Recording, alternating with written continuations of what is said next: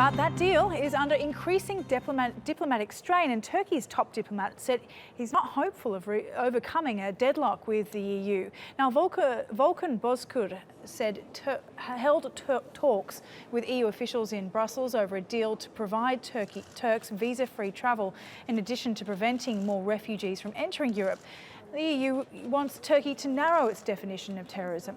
Critics say the current legislation has been used to send journalists and academics to prison, but Ankara refuses, saying it would hamper the fight against terrorist groups like the PKK. Elena Casas has more on this story from the Belgian capital, and she joins us now live. Elena, good to have you. Now, Turkey's EU minister has said a new formula must be found to solve the visa deal, basically saying that Ankara won't budge. How does the European Commission President Jean-Claude Juncker respond to this? Well, he responded yesterday by saying that if the Turkish government doesn't want to offer its citizens visa-free travel in Europe, then that's not my problem, Jean-Claude Juncker says. He says, along with the rest of the European Union officials, that Turkey must tick all 72 boxes for the criteria that it needs to fulfill before its citizens can be offered visa-free travel. And as you said, the sticking point, the one of those that has not been ticked, that's most important, does seem to be changing the definition of terrorism under Turkish law. The European Union says that the current law is being used to silence dissent and clamp down particularly on journalists, and that Turkey needs to adapt that law. Turkey seems very reluctant to do so, but the European Union is certainly not moving either on this criteria. They're very much keen on sticking to their guns. That said, of course, Europe is very concerned that the migrant deal with Turkey could collapse. It certainly looks very shaky at the moment, but it has, as we just heard there, been working. The number of migrants arriving in Europe from Turkey has fallen from 2,000 or 3,000 a day to almost nothing since that deal was struck.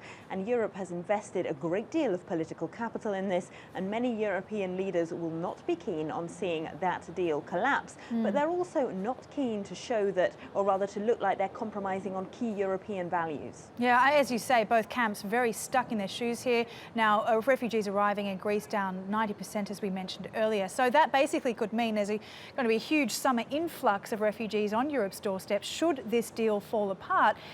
What do you think Europe's going to do should it happen?